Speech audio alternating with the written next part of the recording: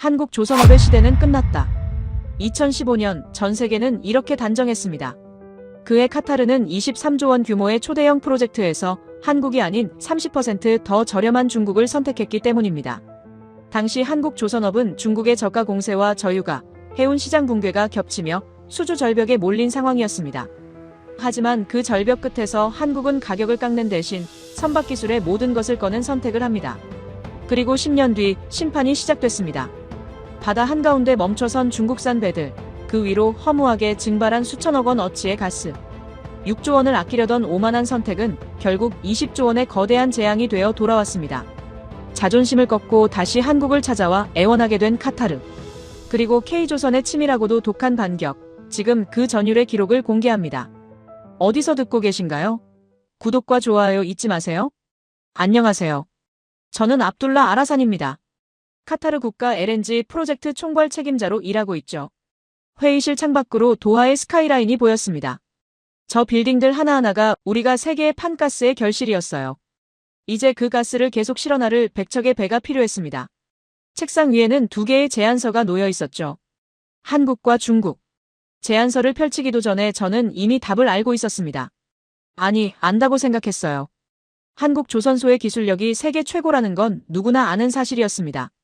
LNG 운반선 건조 실적, 사고 이력, 안정성, 국제 신뢰도. 모든 지표에서 한국이 압도적이었죠. 지난 20년간 축적된 데이터가 그걸 증명하고 있었습니다. 그런데 이상했어요. 왜 한국 쪽 제안서를 읽을 때마다 불편한 기분이 들까요? 문장 하나하나가 자신감으로 가득했습니다. 기술 설명도 길었고 안전 기준도 까다로웠어요. 마치 우리에게 선택권이 있다는 사실을 까먹은 것 같았죠. 저는 천천히 페이지를 넘겼습니다. 단열 시스템, 품질 관리, 안전 절차. 모든 문장이 기술이라는 단어로 시작해서 기술로 끝났어요. 가격표는 맨 마지막 페이지에 있었습니다. 저는 숫자를 보고 잠시 생각했어요. 비싸다는 느낌보다는 왜 이렇게 당당할 수 있는지가 궁금했습니다. 협상의 여지도 없어 보였죠. 한국 측 담당자 김도윤이라는 사람은 이메일에서도 단 한 번도 가격이나 가능성을 언급하지 않았어요. 기술 사양과 납기일만 이야기했습니다. 중국 제안서는 달랐어요. 첫 페이지부터 가격 경쟁력을 강조했습니다. 같은 사양, 더 빠른 납기, 30% 저렴한 견적. 문장들이 우리의 선택을 기다리고 있다는 느낌이 들었죠. 읽으면서 편안했습니다. 협상 테이블에 앉았을 때 우리가 주도권을 줄 수 있을 것 같았어요. 저는 두 제안서를 나란히 놓고 비교했습니다. 기술 사양은 거의 동일했어요. LNG 운반 용량, 단열 시스템, 추진 방식. 표면적으로 같은 배였습니다. 차이는 가격과 태도뿐이었죠. 한국이 기술을 팔고 있었다면 중국은 거래를 제한하고 있었어요. 회의가 시작됐습니다. 파이살 알누리가 자료를 들고 들어왔어요. 우리 프로젝트의 기술 총괄이었습니다. 현장에서 20년을 보낸 사람이었죠. 파이살은 제안서를 보자마자 한국 쪽을 가리켰습니다. LNG선은 가격으로 선택하는 게 아니라고 파이살이 말했어요. 특수선박이라 안전기준이 까다롭다고 했습니다. 검증된 기술력이 필수라고 강조했죠. 중국 조선소는 아직 경험이 부족하다고 덧붙였어요. 저는 고개를 끄덕였어요.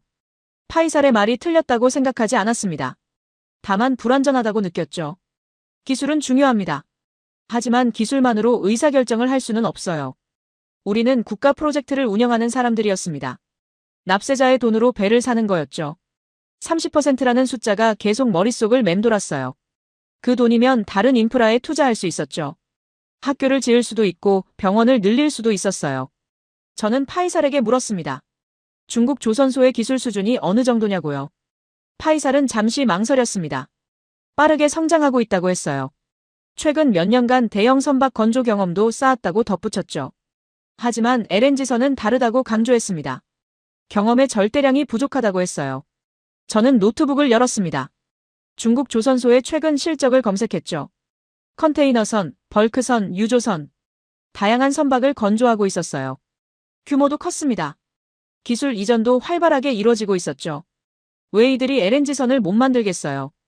기술은 배우는 거였습니다. 시간이 지나면 격차는 좁혀지는 거였죠. 회의실 분위기가 무거워졌습니다. 파이살은 더 이상 말하지 않았어요. 다른 참석자들도 침묵했습니다. 저는 그 침묵의 의미를 알고 있었죠. 반대가 아니라 순응이었어요. 한국 조선소들이 이 계약을 따내기 위해 몇 년을 공들였어요. 도크를 비워두겠다고 했습니다. 최우선으로 만들어드리겠다고 약속했죠. 거의 구애 수준이었어요. 그런데 카타르의 대답은 냉정했습니다. 한국 첩당 2,100억 원, 중국 첩당 1,500억 원. 계산기를 두드려봤어요. 백척이면 6조 원 차이였습니다. 6조 원. 6조 원. 그 돈이면 카타르의 미래 10년을 설계할 수 있었죠. 교육, 의료, 인프라. 모든 분야에 투자할 수 있는 금액이었어요. 기술과 경제성 사이에서 저울질했습니다. 하지만 저울은 이미 한쪽으로 기울어져 있었어요. 파이살이 말한 위험은 가정이었습니다.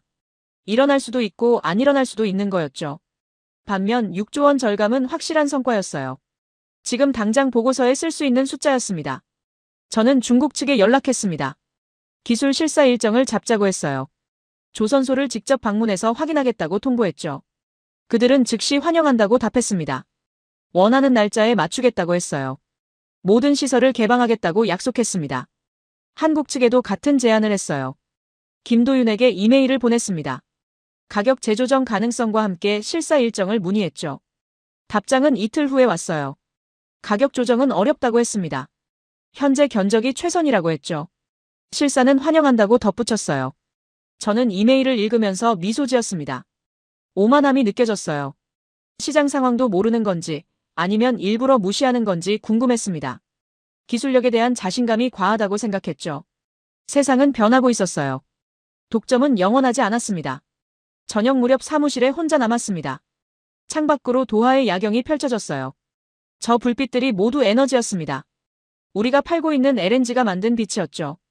백척의 배가 그 에너지를 세계로 실어 나를 예정이었습니다. 책상 위 두 제안서를 다시 봤어요. 한국과 중국. 기술과 가격. 저는 펜을 들었습니다. 검토 보고서 초안을 작성하기 시작했죠. 경제성 분석, 시장 다변화 필요성, 공급 독점 탈피 전략. 논리적이었습니다. 누가 봐도 합리적인 근거였어요. 6조 원이라는 숫자가 모니터에 떴습니다. 확실한 성과였죠. 가정이 아니라 현실이었어요. 파이살이 우려한 위험보다 이 숫자가 더 구체적이었습니다. 키보드를 두드리면서 저는 생각했어요. 이 프로젝트가 제 커리어를 한 단계 올려줄 거라고요. 국가 예산을 6조 원이나 절감한 책임자. 기록에 남을 업적이었습니다. 결국 배도 상품입니다. 숫자가 답이죠. 저는 그렇게 믿고 있었어요. 정말로요. 보고서 초안을 마무리한 건 자정이 넘어서였습니다. 모니터를 끄고 집에 돌아갔어요. 잠자리에 들면서도 6조 원이라는 숫자가 머릿속을 맴돌았습니다. 확실한 성과였죠. 누가 뭐래도 합리적인 선택이었어요. 다음 날 아침 회의가 소집됐습니다. 파이살 알누리가 자료를 들고 들어왔어요. A사 용지 두 뭉치였습니다. 하나는 한국 조선소 기술 분석, 다른 하나는 중국 조선소 리스크 평가였죠. 파이살은 테이블에 자료를 내려놓으면서 제 눈을 똑바로 봤습니다. 시간을 좀 주셨으면 한다고 파이살이 말했어요. 이 결정은 신중해야 한다고 했습니다. LNG선은 일반 화물선과 차원이 다르다고 강조했죠. 저는 시계를 봤어요. 회의 시간은 1시간이었습니다. 알겠다고 대답했죠. 파이살은 첫 번째 자료를 펼쳤습니다. LNG선은 영하 163도의 액화천 연가스를 운반하는 특수선박이라고 설명했어요. 상온과 200도 가까운 온도 차를 견뎌야 한다고 했습니다. 단열재가 1mm만 잘못돼도 가스가 기화한다고 경고했죠. 기화된 가스는 버려야 한다고 덧붙였어요. 한 항차당 수천억 원 손실이라고 강조했습니다. 저는 고개를 끄덕였습니다. 알고 있는 내용이었어요. 하지만 그게 왜 중국을 배제해야 하는 이유가 되는지는 이해가 안 갔습니다. 파이살은 용접 이야기로 넘어갔어요. LNG선의 용접은 일반 선박과 다르다고 했습니다. 극저온에서도 금속이 깨지지 않도록 특수 합금을 쓴다고 설명했죠. 용접사 한 명을 양성하는 데 5년이 걸린다고 했어요. 한국 조선소에는 그런 용접사가 수백 명 있다고 덧붙였습니다. 중국은 어떻습니까? 제가 물었어요.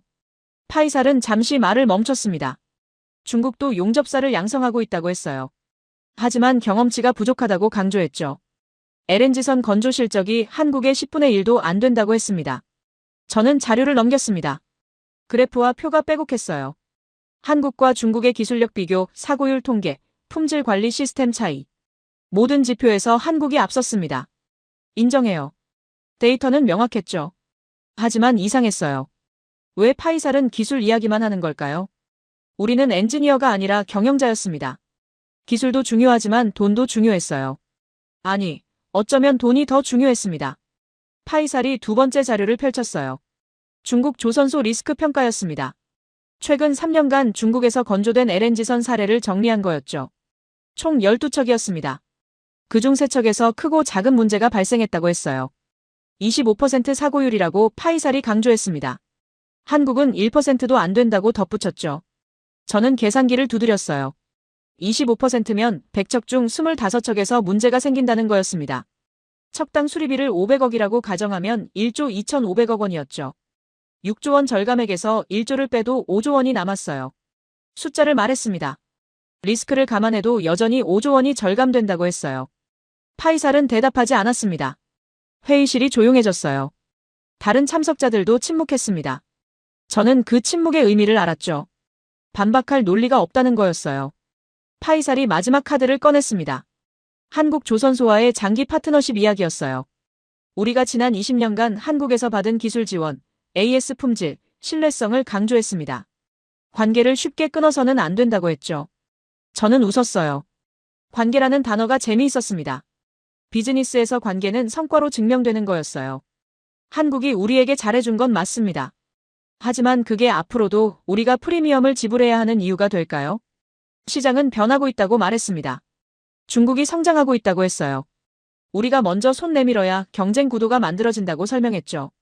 독과점은 수요자에게 불리하다고 덧붙였습니다. 파이살은 고개를 저었어요. 이건 일반 상품이 아니라고 했습니다. 사람 목숨이 달린 배라고 강조했죠. 검증되지 않은 기술에 국가 자산을 맡길 수 없다고 했어요. 저는 자료를 덮었습니다. 검증은 시간의 문제라고 말했어요. 중국도 배우고 있다고 했습니다.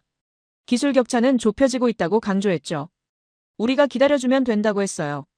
기다리는 동안 사고가 나면 어쩌냐고 파이살이 물었습니다. 보험이 있지 않냐고 대답했어요. 그리고 한국 배도 사고가 없는 건 아니라고 덧붙였습니다. 완벽한 조선소는 없다고 했죠. 파이살은 더 이상 말하지 않았어요. 자료를 정리하기 시작했습니다. 저는 그 모습을 보면서 생각했어요. 기술자들은 이래서 안 된다고요. 숫자보다 감정을 앞세운다고요. 회의가 끝나고 파이살이 따로 찾아왔습니다. 복도에서 저를 불러 세웠어요. 손에는 한국 조선소 기술 분석 자료가 들려 있었습니다. 마지막으로 한 번만 더 들어달라고 했어요. 이건 단순한 배가 아니라고 파이살이 말했습니다. 영하 163도의 극저온을 견뎌야 하는 특수선박이라고 했어요. 검증되지 않은 중국 조선소에 이 거대한 프로젝트를 맡기는 건 위험한 도박이라고 강조했죠. 저는 걸음을 멈추고 그를 봤습니다. 기술자들의 순진함이 답답했어요. 저는 파이살이 외면하고 있는 차가운 현실을 꺼냈습니다. 파이살, 자네는 기술만 보고 세상이 어떻게 돌아가는지는 못 보는군요. 한국 조선업이 지금 어떤 상태인지 정말 몰라서 하는 소리입니까? 2015년부터 시작된 수조 원대 적자, 대규모 정리해고. 자네가 말하는 그 대단한 기술을 가진 나라가 왜 망하기 직전까지 몰렸다고 생각하나요? 파이살은 잠시 망설였어요. 그건 중국 정부의 보조금과 저가 공세 때문이지 기술력이 부족해서가 아니라고 했습니다. 세계 경제가 일시적으로 침체된 탓도 있다고 덧붙였죠. 이유가 무엇이든 결과는 하나라고 말했습니다. 한국은 중국의 싼값 역공에 처참하게 무너졌다고 했어요. 이건 거스를 수 없는 시장의 흐름이라고 강조했죠. 자네는 지금 침몰하고 있는 배에 카타르의 미래를 태우자는 겁니까? 저는 오히려 그들의 절박함이 두렵습니다. 돈이 급해서 품질을 속이거나 무리하게 납기를 맞추려다 사고라도 나면 자네가 책임질 건가요? 반면 중국은 자본이 넘쳐납니다. 기술은 배우면 그만이에요. 파이살은 입을 열었지만 대답하지 못했어요. 제 팩트 공격에 막혔던 거죠. 저는 마지막 쐐기를 박았습니다. 진짜 이해가 안 가는 건 그들의 태도라고 말했어요. 그렇게 망하기 직전이라 일감이 없어 도크까지 비워두겠다는 사람들이 가격은 1원도 안 깎아준다고 했습니다. 김도윤 수석이라는 사람의 이메일을 봤냐고 물었죠. 마치 우리에게 선택권이 없는 것처럼 오만하게 군다고 했어요. 그렇게 절박하면 가격부터 맞췄어야죠. 파이살은 한숨을 쉬었습니다. 그건 품질을 지키기 위한 그들의 마지막 자존심일 거라고 말했어요. 아니라고 대답했습니다. 그건 변화된 시장을 인정하기 싫은 고집일 뿐이라고 했어요. 공급자는 대체 가능한 법이라고 강조했습니다. 우리는 자선단체가 아니라 가장 효율적인 이익을 내야 하는 경영자라고 말했죠. 더 이상 기술 이야기는 하지 말라고 했어요. 파이살은 더 이상 말하지 않았어요. 복도를 걸어가는 뒷모습을 보면서 저는 생각했습니다. 기술자는 기술만 알면 된다고요. 이 냉혹한 숫자의 세계에서 승리하는 법은 경영자인 제가 더 잘 안다고요. 사무실로 돌아왔습니다. 책상 위에 중국 측에서 보낸 이메일이 와 있었어요. 실사 일정 확정 통보였습니다. 2주 후 베이징 출장이 잡혔죠. 조선소 방문, 기술진 미팅, 계약 조건 협의까지 모든 일정이 짜여 있었어요. 답장을 보냈습니다. 일정 확인했다고 했어요. 기대된다고 덧붙였죠. 창밖을 봤습니다. 도하의 스카이라인이 햇빛에 반짝였어요. 저 빌딩들을 세운 건 합리적 의사결정이었습니다. 감정이 아니라 숫자로 판단한 결과였죠. 이번에도 마찬가지였어요. 파이살의 경고는 기술자의 과잉 걱정이었습니다. 현실은 숫자가 말해주고 있었죠. 6조 원. 확실한 성과였어요. 저는 그렇게 믿고 있었습니다. 베이징에서 돌아온 건 2주 후였습니다. 중국 조선소 실사는 예상보다 인상적이었어요. 최신 설비, 넓은 도크, 수백 명의 기술진이 규모 면에서는 한국을 압도했습니다. 물론 파이살이 지적한 대로 LNG선 건조 경험은 부족했지만 빠르게 배우고 있었어요. 호텔로 돌아와 보고서를 작성하면서 시설 평가, 기술력 분석, 리스크 요인을 객관적으로 정리했습니다. 결론은 명확했어요. 위험은 있지만 관리 가능하고 6조 원 절감 효과를 포기할 만큼의 위험은 아니었습니다. 도하로 돌아온 다음 날 최종 회의가 소집됐습니다. 12명의 참석자가 모였어요. 프로젝트 총괄, 재무 담당, 기술팀장, 법무자문, 그리고 파이살 알누리까지. 회의실 테이블에는 2개의 제안서가 나란히 놓여 있었습니다. 프레젠테이션을 시작했어요. 첫 슬라이드에 경제성 분석을 띄웠습니다. 한국 21조 원, 중국 15조 원, 차액 6조 원을 큰 글씨로 강조하자 회의실이 조용해졌어요. 다음 슬라이드로 넘어가서 리스크 분석을 보여줬어요. 중국 조선소의 사고율 25%를 명시했지만 바로 옆에 예상 손실액도 함께 표시했습니다. 최악의 경우를 가정해도 1조 5천억 원이었고 6조 원에서 빼면 여전히 4조 5천억 원이 남았어요. 재무 담당이 보험으로 커버 가능한지 질문했고 프리미엄이 다소 높아지겠지만 감당할 수 있는 수준이라고 답했습니다. 법무자문은 계약 조건에 품질 보증 조항을 넣을 수 있는지 물었어요. 이미 중국 측과 협의해서 하자 발생 시 무상 수리, 성능 미달 시 위약금 조항까지 합의했다고 설명했죠. 슬라이드를 계속 넘기면서 납기 일정, 기술 이전 계획, 단계별 검수 프로세스를 보여줬습니다. 모든 것이 준비돼 있었어요. 빈틈이 없었죠. 마지막 슬라이드에는 결론이 큰 글씨로 떠올랐습니다. 중국 조선소 선정 권고. 이유는 명확하다. 경제성과 관리 가능한 리스크. 프레젠테이션을 마치고 질문이 있는지 물었어요. 아무도 손을 들지 않았습니다. 시선들이 테이블 위 서류로 향했죠. 파이사를 봤어요. 고개를 숙이고 있었습니다. 2주 전 복도에서의 대화 이후 그는 한 번도 저를 찾아오지 않았고 회의 중에도 침묵했어요. 기술 총괄인데도 기술 이야기를 하지 않았습니다. 참석자들을 둘러봤어요.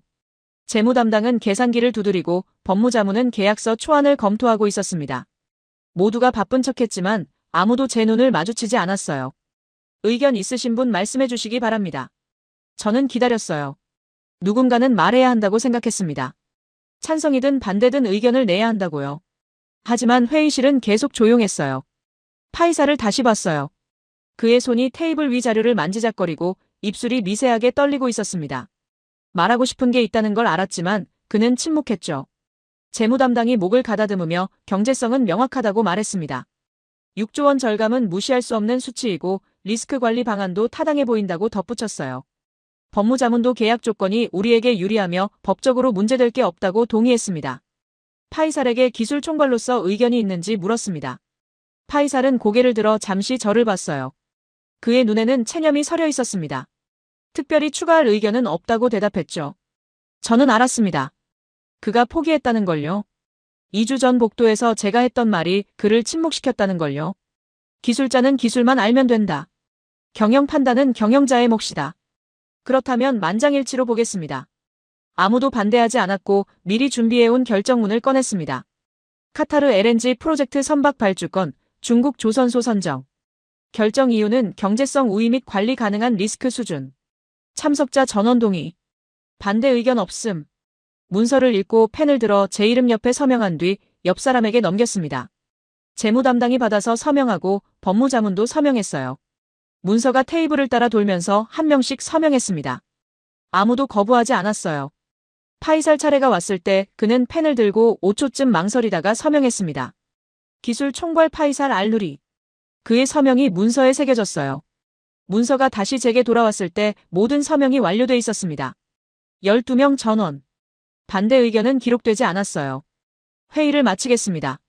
중국 측의 최종 통보는 내일 하고 계약 체결 일정은 추후 공지하겠습니다. 참석자들이 일어나 한 명씩 회의실을 나갔어요. 인사도 축하 한마디도 없었습니다. 그저 조용히 사라졌죠. 회의실에 혼자 남아 테이블 위에 놓인 서명된 문서를 봤습니다. 12개의 서명. 하나의 결정. 창밖으로 도하의 오후 햇살이 유리창에 반사되고 있었어요. 맑았습니다. 저는 그 빛 속에서 생각했어요. 이게 맞다고요. 경제적으로 합리적이고 논리적으로 타당하다고요. 6조 원은 거짓말하지 않는다고요. 감정은 필요 없었습니다. 파이살의 우려도 다른 참석자들의 침묵도 모두 감정이었어요. 숫자는 명확했죠. 15조 대 21조. 답은 정해져 있었습니다. 국가 사업에 감정은 필요 없습니다. 빈 회의실에 혼자 앉아 그렇게 중얼거렸어요. 문서를 집어들어 파일에 넣고 서랍에 보관했습니다. 이 문서가 카타르 역사에 기록될 거였어요. 6조 원 절감의 영웅으로요. 사무실로 돌아가 비서에게 중국 측에 연락해서 최종 선정 사실을 통보하고 내일 오전 공식 발표 예정이라고 전하라고 지시했습니다. 비서가 나간 후 의자에 앉아 이메일함을 확인했어요. 한국조선소 김도윤에게서 온 마지막 이메일이 보였습니다. 2주 전에 받은 실사 일정 문의였죠. 답장하지 않았던 메일이었어요. 마우스를 올려 삭제 버튼을 클릭했습니다. 저는 확신했어요. 이 결정이 옳다고요. 침묵이 동의라고요. 만장일치가 증명이라고요. 계약 체결식은 베이징 인민대회당에서 열렸습니다. 2018년 3월이었어요. 중국 측 고위 인사들이 참석했고 카타르 대사도 왔습니다. 플래시가 터지는 가운데 악수를 나눴죠. 100척 15조 원 규모의 계약서에 서명하는 순간 제 손이 떨리지 않았어요. 확신에 차 있었으니까요. 언론이 떠들어댔습니다. 카타르 역사상 최대 규모 발주, 중동과 아시아의 새로운 파트너십, 글로벌 조선업 지형 변화. 기사 제목들이 화려했어요. 제 사진도 여러 번 실렸습니다. 카타르 LNG 프로젝트 총괄 책임자 압둘라 아라산. 미래를 내다본 전략가라는 수식어가 붙었죠. 도하로 돌아왔을 때 축하 인사가 쏟아졌어요. 재무부 장관이 직접 전화를 걸어왔습니다. 국가 예산 절감에 큰 기여를 했다고 치하했죠. 다음 승진 때 고려하겠다는 말도 덧붙였어요. 저는 감사하다고 답했습니다. 당연한 일을 했을 뿐이라고 했죠. 파이살 알누리는 조용했습니다. 계약 체결 후에도 그는 한 번도 찾아오지 않았어요. 복도에서 마주쳐도 가볍게 고개만 끄덕였습니다. 더 이상 경고도 우려도 표명하지 않았죠. 저는 그게 다행이라고 생각했어요. 기술자가 제자리를 찾은 거라고요. 첫 번째 선박 인도는 1년 후로 예정돼 있었습니다. 중국 조선소가 빠른 납기를 약속했거든요. 한국보다 6개월이나 앞당긴 일정이었어요. 저는 정기적으로 진행 상황 보고를 받았습니다. 건조 진척률, 품질 검수 결과, 테스트 일정. 모든 게 순조로워 보였죠. 2019년 2월 첫 번째 LNG선이 완성됐다는 연락을 받았습니다. 인도식에 참석하기 위해 다시 중국으로 갔어요. 조선소 부두에 거대한 배가 정박해 있었습니다. 길이 300m, 폭 50m. 햇빛을 받아 반짝이는 선체를 보면서 뿌듯함을 느꼈어요. 중국 조선소 사장이 안내했습니다. 선내를 돌아보면서 최신 설비들을 확인했죠. 엔진룸, 제어실, 화물 탱크. 겉으로는 완벽해 보였어요. 검수팀이 세부 점검을 했고 대부분 항목에서 합격 판정이 나왔습니다. 몇 가지 미세한 보완 사항이 있었지만 출항에는 문제 없다는 평가였어요. 인수중에 서명했습니다. 이제 이 배는 카타르의 자산이었죠. 첫 항해 일정은 카타르 라스라판 항구에서 LNG를 싣고 일본 요코하마까지 가는 거였습니다. 2주 정도 걸리는 항로였죠. 출항일에 도하 사무실에서 실시간 보고를 받았습니다. 오전 9시 라스라판 출항. 날씨는 맑고 해상 상태 양호. LNG 적재 완료. 모든 시스템 정상. 첫 보고는 완벽했어요. 이틀이 지났습니다. 인도양을 순항 중이라는 보고가 들어왔어요. 속도 19노트 유지, 연료 소비 정상, 냉각 시스템 작동 중. 저는 안도했습니다. 우려했던 문제들이 기우였다는 생각이 들었죠. 사흘째 되던 날 오후 전화가 울렸습니다. 선장에게서 긴급 보고가 왔다고 했어요. 엔진룸에서 이상 징후가 포착됐다고 했습니다. 냉각수 온도가 급격히 상승하고 있다고요. 저는 침착하게 물었어요. 얼마나 심각하냐고요. 아직 파악 중이라고 했습니다. 엔지니어들이 점검하고 있다고 했어요. 1시간 후 다시 보고하겠다고 했죠. 저는 기다렸습니다. 사무실 창밖을 보면서 생각했어요. 신조선이니까 초기 미세 조정이 필요한 거라고요. 한두 번쯤 문제가 생길 수 있다고요. 대수롭지 않을 거라고요. 1시간 후 전화가 다시 왔어요. 목소리가 급박했습니다. 냉각 시스템이 정지됐다고 했습니다. 주엔진을 멈췄고 배가 표류 중이라고 했죠. 그리고 더 심각한 문제가 있다고 덧붙였습니다. 무슨 문제냐고 물었어요. 화물 탱크 온도가 상승하고 있다고 했습니다. LNG가 기화되기 시작했다고 했어요. 단열 시스템에 문제가 있는 것 같다고 했죠. 저는 숨이 막혔습니다. LNG 기화. 파이살이 경고했던 바로 그 문제였어요. 얼마나 기화됐냐고 물었습니다. 시간당 약 500톤씩 손실되고 있다고 했어요. 이대로 가면 하루 만에 전체 화물의 30%가 증발한다고 했습니다. 금액으로 환산하면 수백억 원이라고 덧붙였죠. 긴급 수리가 가능하냐고 물었지만 항해 중에는 불가능하다고 했습니다. 가장 가까운 항구로 입항해야 한다고 했어요. 가장 가까운 싱가포르 예인선을 부르고 있다고 덧붙였습니다. 전화를 끊고 손이 떨렸습니다. 그러나 오히려 머릿속이 빠르게 돌아갔습니다. 어떻게 대응해야 할지 계산하고 있었죠. 비서를 불러서 긴급회의를 소집하라고 지시했어요.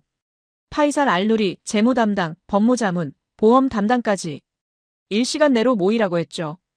회의실에 모였을 때 분위기가 무거웠습니다. 이미 소문이 퍼진 모양이었어요. 저는 침착하게 상황을 설명했습니다. 첫 항해 중 엔진 고장과 냉각 시스템 정지, LNG 기화로 인한 손실. 예상 피해액은 약 800억 원. 파이살이 입을 열었어요. 단열재 결함일 가능성이 크다고 했습니다. 용접 불량도 의심되는 근본적인 기술 문제라고 강조했어요. 저는 파이살을 봤습니다. 이번만큼은 그의 말을 들어줄 수 없었어요. 이걸 구조적 문제로 인정하는 순간 나머지 99척도 똑같다는 뜻이 되니까요. 개별 사례로 봐야 한다고 말했습니다. 제조 과정에서 발생할 수 있는 일시적 불량이라고 했어요. 중국 조선소에 긴급 점검을 요청하고 무상 수리를 요구하겠다고 했죠. 계약서에 보증 조항이 있다고 강조했습니다. 보험 담당이 물었어요. 이번 손실은 보험 처리가 가능하냐고요. 가능하다고 답했습니다.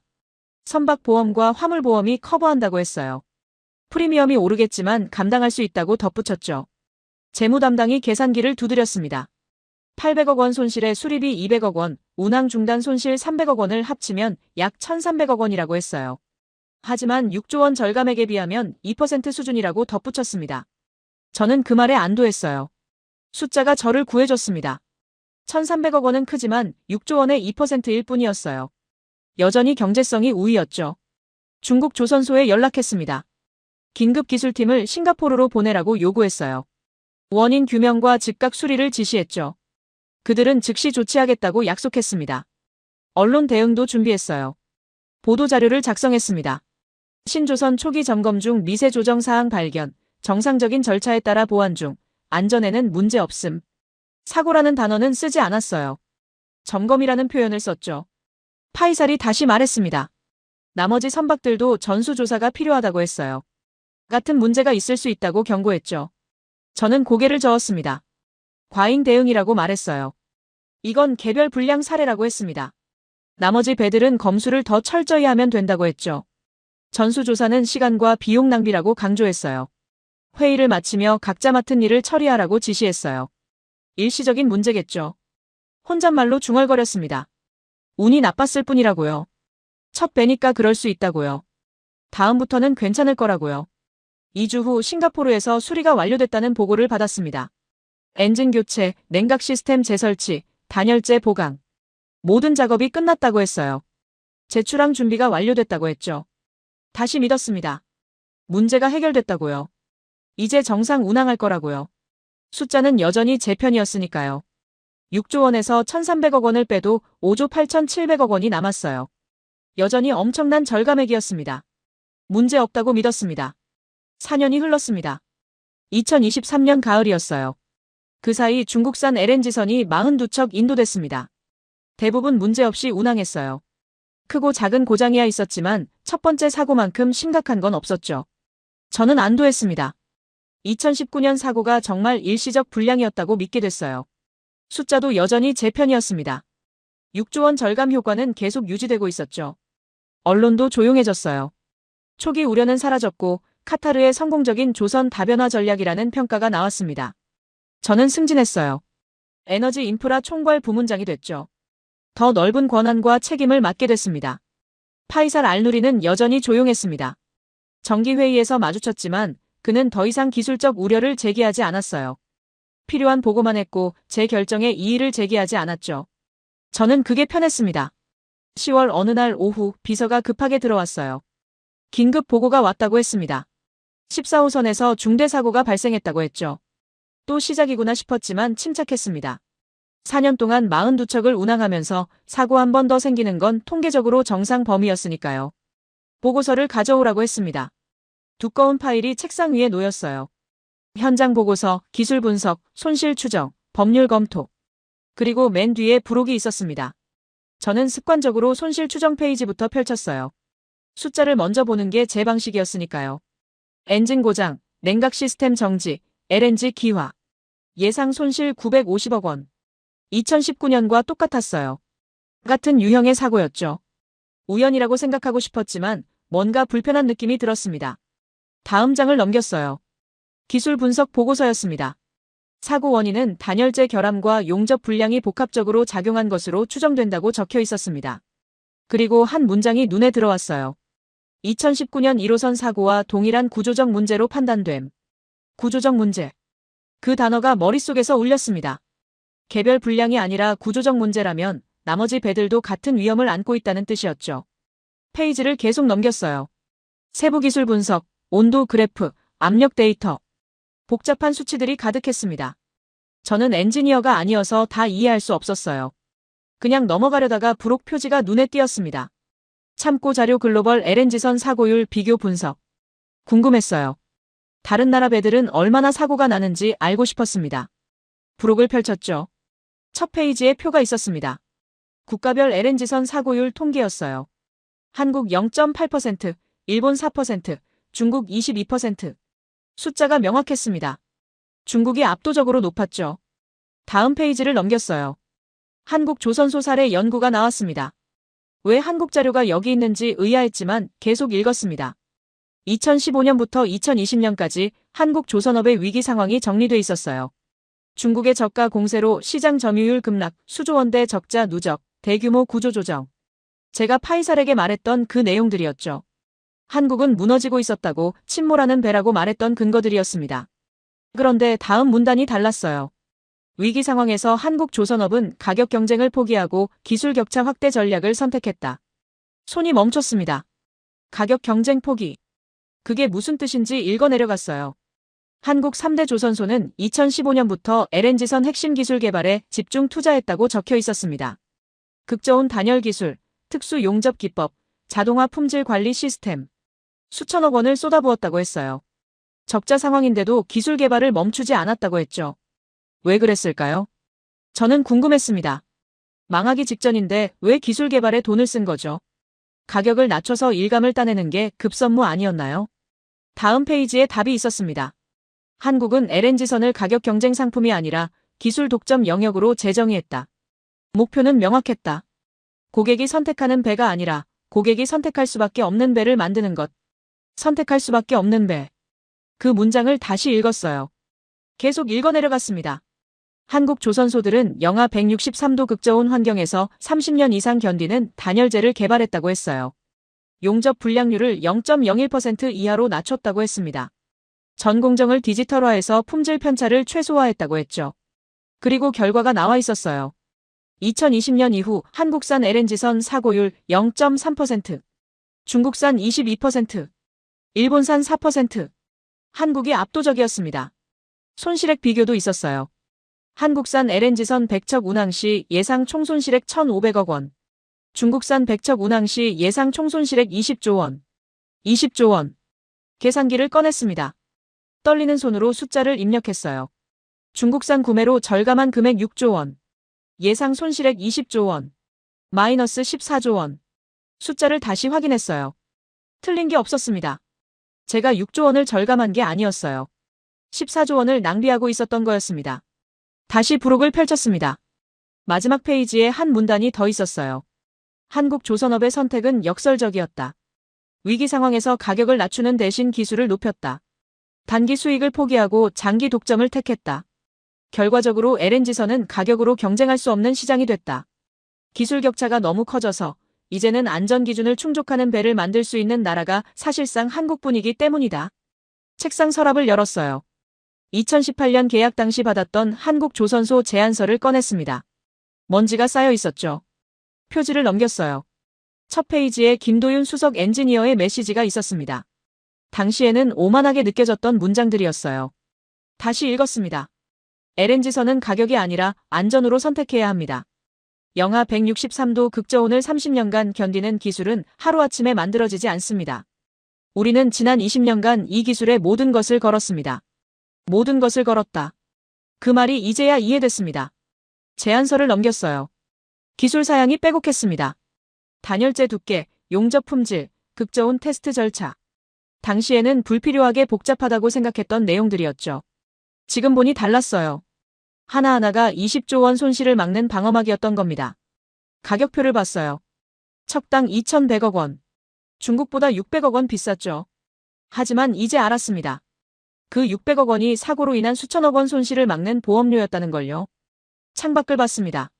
도하의 저녁 하늘이 붉게 물들고 있었어요.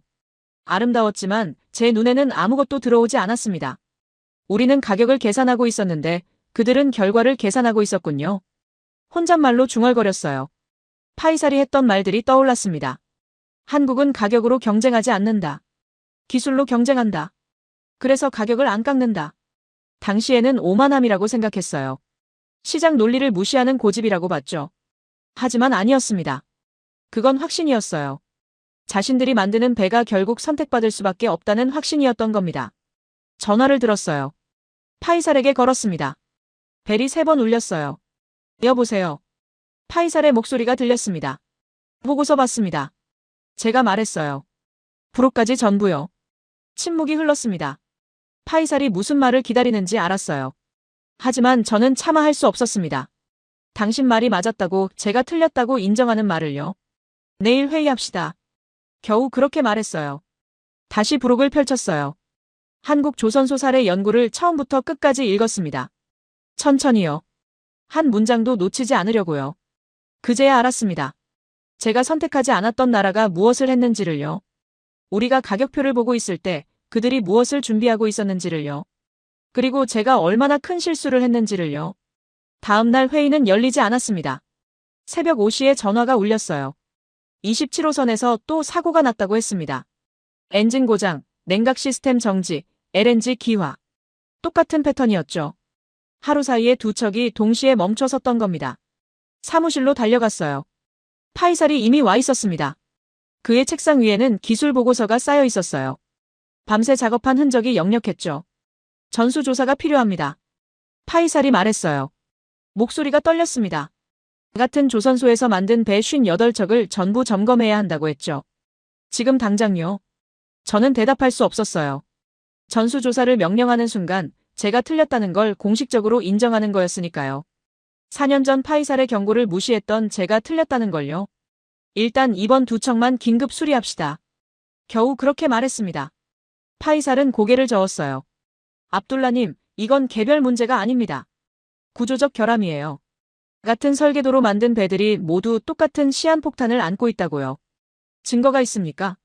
제가 물었어요. 58척 전부가 문제라는 확실한 증거요. 파이살은 자료를 꺼냈습니다. 1호선, 14호선, 27호선의 사고 분석 보고서를 나란히 놓았어요. 사고 발생 시점, 손상 부위, 결함 유형이 완전히 일치했습니다. 우연이 아니라는 걸 보여주는 자료였죠. 국제성급협회에 검사를 요청하겠습니다.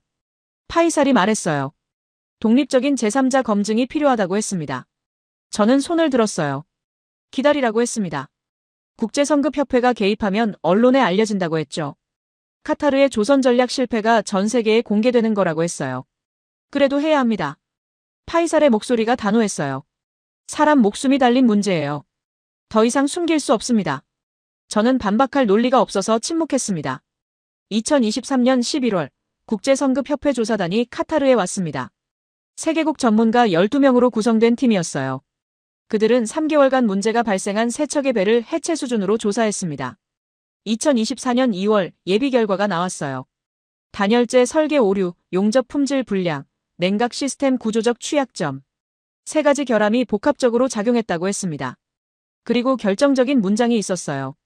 동일 조선소에서 같은 시기에 건조된 모든 선박에 동일한 결함이 존재할 가능성이 매우 높음.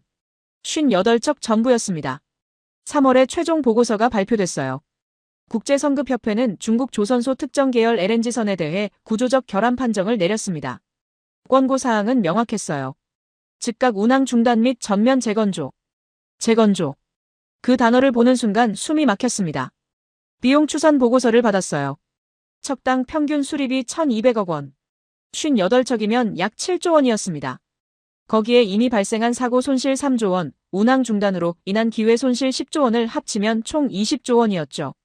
그 숫자를 계산기로 확인했어요. 여러 번요. 계속 똑같은 숫자가 나왔습니다. 중국산을 선택해서 절감한 금액이 6조 원이었어요. 손실이 20조 원이면 순손실은 14조 원이었습니다.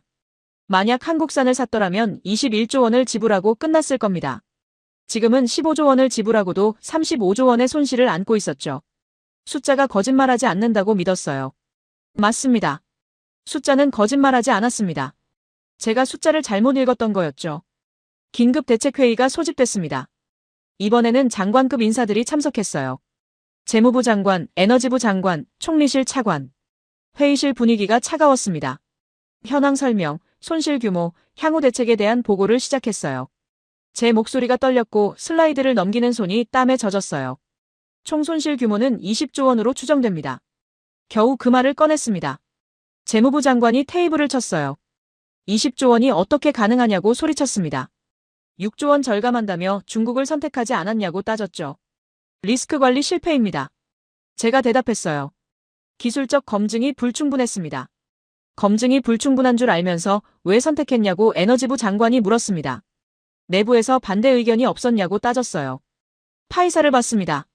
그는 고개를 숙이고 있었어요. 제가 대답해야 했습니다. 반대 의견이 있었습니다. 인정했어요.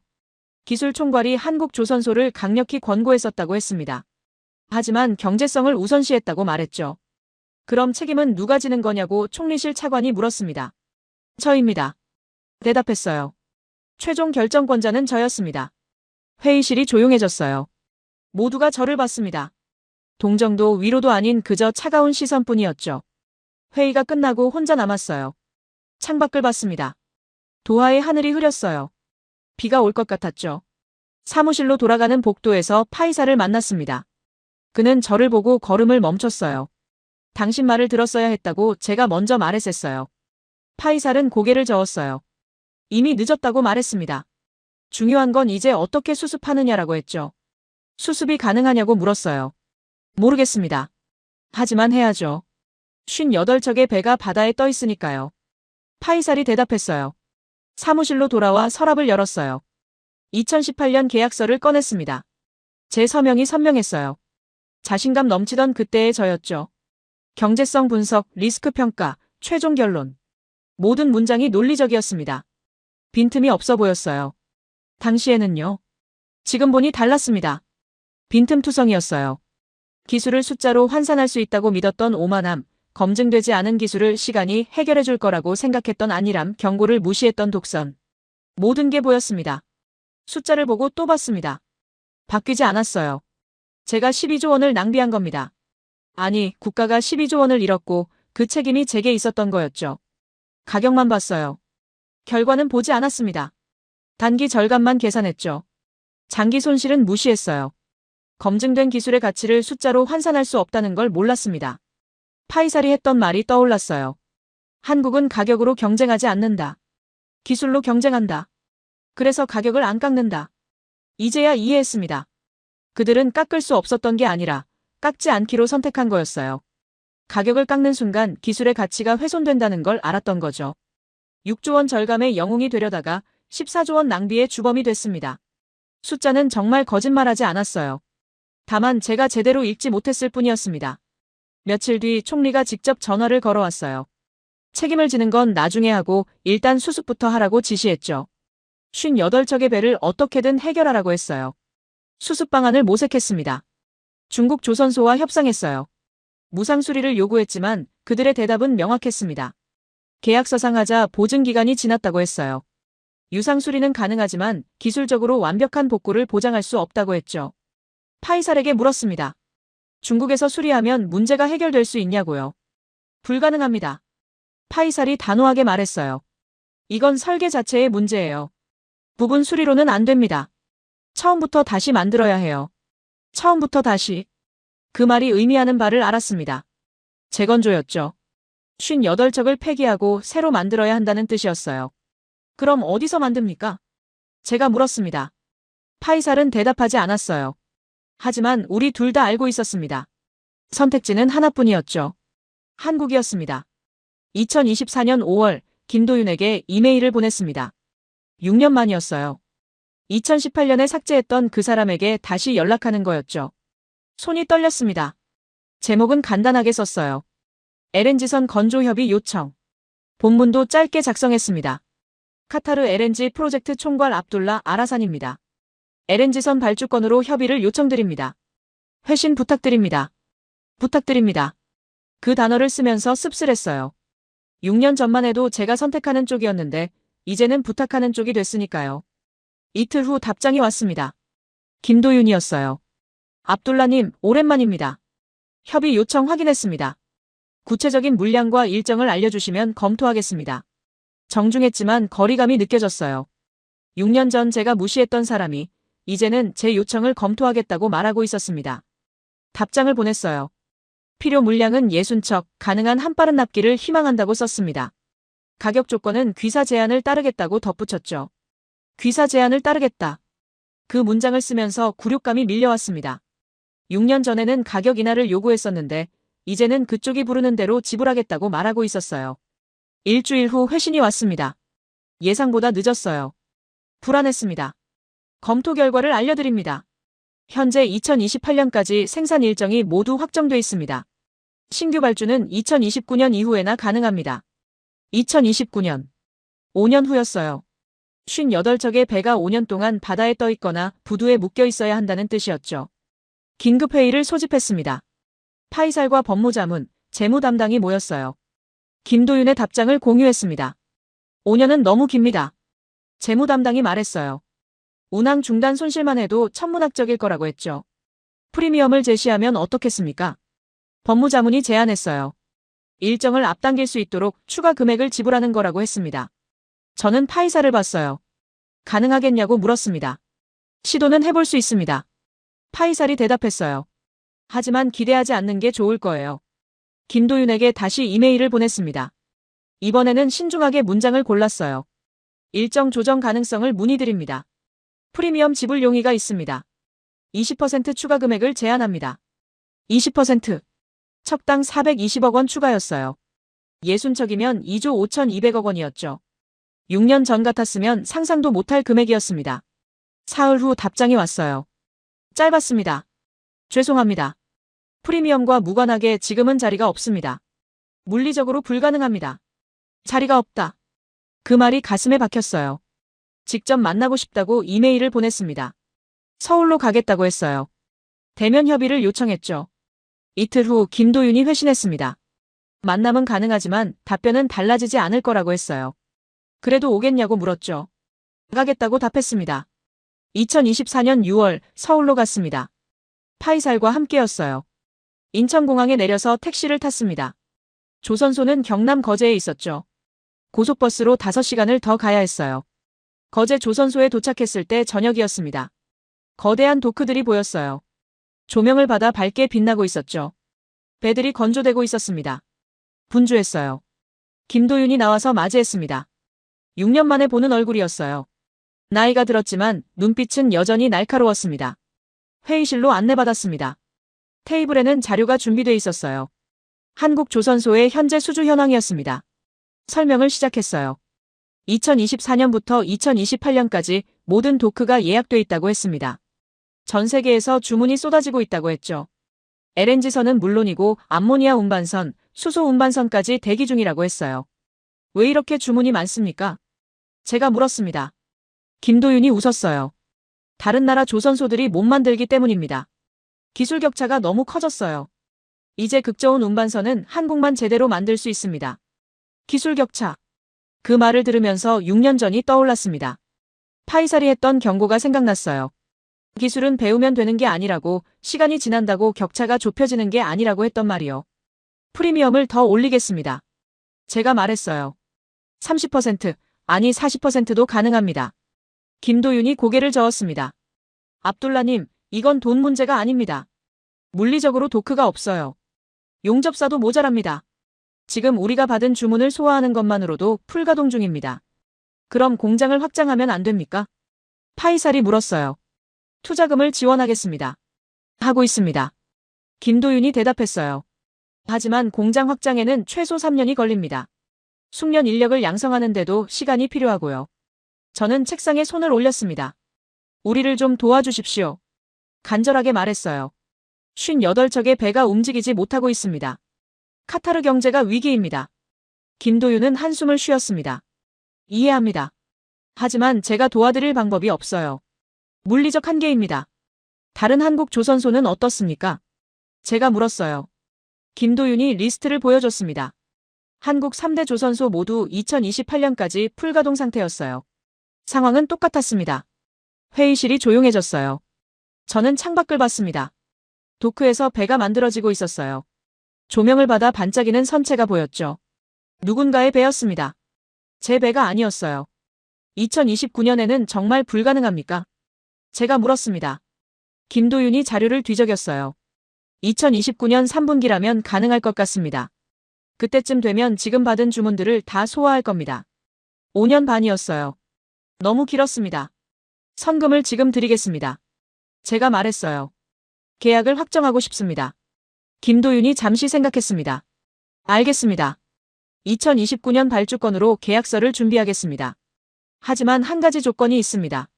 무엇입니까? 가격은 그때 시장 가격을 따릅니다. 지금 확정할 수 없어요. 5년 후 강제 가격이나 인건비가 어떻게 변할지 모르니까요. 그 말은 가격 통제권도 없다는 뜻이었습니다. 한국 조선소가 부르는 대로 지불해야 한다는 거였죠. 알겠습니다. 동의했어요. 다른 선택지가 없었으니까요. 계약서에 서명했습니다. 2029년 인도 조건, 60척, 가격 미정. 6년 전과는 완전히 다른 계약이었어요. 그땐 제가 선택하는 쪽이었는데 이젠 선택받는 쪽이었습니다. 조선소를 나왔을 때 밤이었습니다. 파이살과 함께 걸었어요. 바다가 보였습니다. 파도 소리가 들렸죠. 이제 어떻게 됩니까? 파이살이 물었어요. 5년 반을 기다리는 겁니다. 대답했어요. 그동안 58척의 배는 묶여 있겠죠. 손실은 계속 늘어날 거고요. 파이살은 아무 말도 하지 않았습니다. 저는 바다를 봤어요. 어둠 속에서 물결이 일렁이고 있었습니다. 6년 전 이곳에 왔어야 했어요. 그때 김도윤의 제안을 받아들였어야 했습니다. 가격이 비싸도 오만해 보여도 그냥 믿었어야 했죠. 하지만 돌이킬 수 없었습니다. 이제 저는 줄을 서서 기다리는 사람이 됐어요. 한국 조선소가 자리를 내줄 때까지요.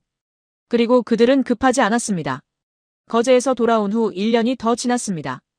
2025년 여름 국제해운 전문지에서 연례 보고서를 발표했어요. 제목이 눈에 들어왔습니다. 글로벌 LNG선 시장의 구조적 재편 한국의 완전 독점 시대. 보고서를 다운로드해서 읽기 시작했는데 첫 페이지부터 충격적인 숫자들이 나열돼 있었어요. 2025년 전 세계 LNG선 신규 발주 총 16척 중 한국 조선소가 16척 전부를 수주했다는 내용이었습니다. 중국은 단 한 척도 받지 못했다고 적혀 있었고 일본도 기술력 부족으로 경쟁에서 완전히 밀려났다는 분석이 뒤따랐죠. 페이지를 넘기면서 손이 떨렸는데 이건 단순한 통계 보고서가 아니라 제가 무엇을 놓쳤는지 보여주는 부검 보고서 같았어요. 보고서는 2015년부터 2025년까지 10년간의 변화를 추적하고 있었습니다. 2015년만 해도 한국, 중국, 일본이 경쟁하는 3파전 구도였다고 설명하면서 중국이 정부 보조금을 앞세워 저가 공세를 펼쳤고 시장 점유율이 급속히 높아졌다는 분석이 나왔어요. 한국 조선업은 수조 원대 적자를 기록하며 구조조정에 들어갔고 수만 명이 일자리를 잃었으며 업계 전체가 붕괴 직전까지 내몰렸다는 내용이 상세하게 기록돼 있었죠. 하지만 다음 문단부터는 완전히 다른 이야기가 펼쳐졌습니다. 한국 조선업이 위기 상황에서 선택한 전략은 철수가 아니라 집중이었다고 적혀 있었어요.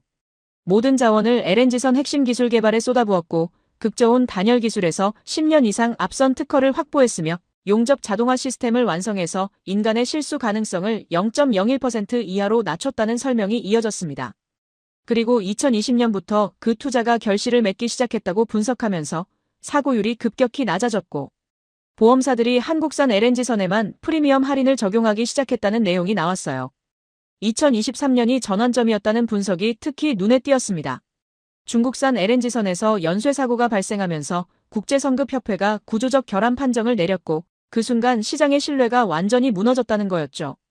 보고서는 카타르 사례를 집중 조명하면서 20조 원 규모의 손실이 업계 전체에 경종을 울렸다고 평가했는데 제 이름이 직접 언급되지는 않았지만 중동 산유국의 LNG 프로젝트 총괄 책임자라는 표현으로 제가 누구인지 알 수 있게 써놓았더군요. 더 읽어내려가니 2024년부터 본격적인 독점 구조가 형성됐다는 분석이 나왔습니다. 전 세계 주요 LNG 수입국들이 앞다퉈 한국 조선소에 발주했고 대기 기간이 2년에서 5년으로 늘어났으며 그럼에도 불구하고 대안이 없어서 줄을 서서 기다릴 수밖에 없다는 상황 설명이 적혀 있었어요. 한국 조선소들은 가격 인상 없이도 풀가동 상태를 유지하고 있고 오히려 품질 관리를 더 강화하면서 납기를 여유 있게 잡는 전략을 택했다는 내용도 있었습니다. 마지막 장에는 향후 전망이 실려 있었는데 한국의 독점 구조는 최소 10년 이상 지속될 것으로 예상된다고 분석하면서 중국이 기술 격차를 따라잡으려면 15년 이상 걸릴 것이며 그마저도 한국이 기술 개발을 멈추지 않는다면 사실상 불가능하다는 평가가 나와 있었습니다. 일본은 이미 LNG선 시장에서 사실상 철수했고 유럽 조선소들도 경쟁력이 없어서 특수선 시장에만 집중하고 있다는 현황 분석으로 보고서가 마무리됐죠. 보고서를 덮었습니다. 창밖을 보니 도하의 하늘이 뿌옇게 흐려 있었는데 여름철 모래바람이 불어오는 날이었어요. 저 멀리 보이는 빌딩들이 아지랑이처럼 흔들려 보였는데 실제로는 제 눈이 떨리고 있었는지도 모르겠습니다. 전화가 울렸어요. 파이살이었습니다. 국제회의 참석건으로 연락했다고 했는데 목소리가 조심스러웠어요. 다음 주 싱가포르에서 아시아 에너지 포럼이 열린다고 했고 제가 패널로 초청됐다는 통보가 왔다고 전했습니다. 주제는 LNG 운송 인프라의 미래와 교훈이었는데 사실상 카타르 사례를 다루는 세션이라는 걸 우리 둘 다 알고 있었죠.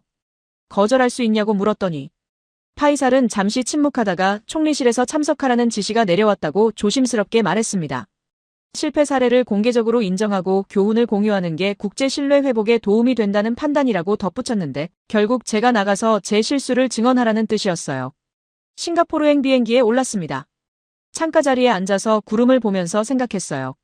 7년 전 베이징으로 가던 길이 떠올랐는데 그때는 확신에 차 있었고 6조 원 절감이라는 성과를 손에 쥐고 있다고 믿었으며 제 경력의 정점을 찍는 순간이라고 생각했었죠. 지금은 20조 원 손실의 책임자로서 실패를 증언하러 가는 길이었는데 같은 하늘 아래를 날고 있지만 완전히 다른 사람이 된 기분이었습니다. 포럼 당일 대형 컨퍼런스홀에 500명 정도가 모였어요. 에너지업계 전문가들, 조선사 관계자들, 정부 관료들이 자리를 채웠는데 한국 조선소 관계자들도 보였습니다. 김도윤도 앞쪽에 앉아 있었는데 우리는 눈인사만 나눴어요. 제 순서가 왔습니다. 단상에 올라가서 마이크 앞에 섰는데 조명이 눈부셨고 수백 개의 시선이 저를 향하고 있었어요. 발표 자료를 준비하지 않았습니다. 그냥 제가 겪은 일을 있는 그대로 말하기로 했죠. 안녕하세요. 카타르 LNG 프로젝트 총괄을 맡았던 압둘라 아라산입니다. 오늘 이 자리에서 제가 어떻게 국가에 20조 원의 손실을 안겼는지 말씀드리겠습니다. 시작부터 직설적으로 들어갔어요. 청중이 술렁거렸는데 저는 계속 말을 이어갔습니다. 2018년 저는 100척의 LNG선 발주를 앞두고 한국과 중국 사이에서 선택해야 했다고 설명했고 한국의 기술력이 세계 최고라는 걸 알았지만 중국이 30% 저렴했다고 말했으며 6조 원을 절감할 수 있다는 계산에 중국을 선택했다고 고백했습니다. 그리고 내부에서 경고가 있었다고 말했어요. 기술 총괄 파이살 알누리가 반복해서 위험성을 지적했고 한국을 강력히 권고했지만 저는 그의 말을 기술자의 과잉 걱정으로 치부했다고 인정했습니다. 경제성이 기술보다 우선한다고 믿었고 시장 논리로 모든 걸 판단할 수 있다고 확신했으며 숫자가 답이라고 생각했다고 솔직하게 털어놨어요. 결과는 참담했습니다. 첫 사고가 2019년에 발생했고 2023년과 2024년에 연쇄 사고가 터졌으며 국제선급협회가 구조적 결함 판정을 내렸고 총 손실액이 20조 원에 달했다고 숫자를 공개했습니다.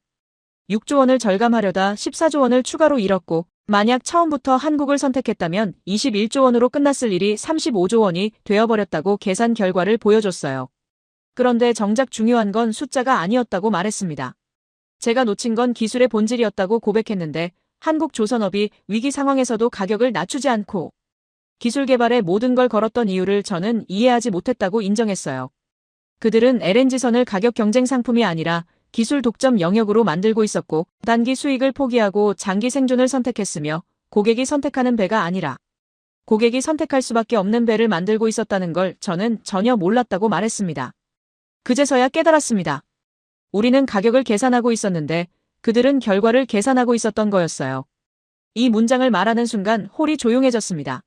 저는 잠시 숨을 고르고 마지막 말을 이어갔는데 지금 저희는 2029년까지 기다리고 있고 한국조선소의 일정이 비기를 바라며 줄을 서 있으며 가격 협상권도 없이 그쪽이 부르는 대로 지불할 준비가 돼 있다고 현 상황을 공개했습니다.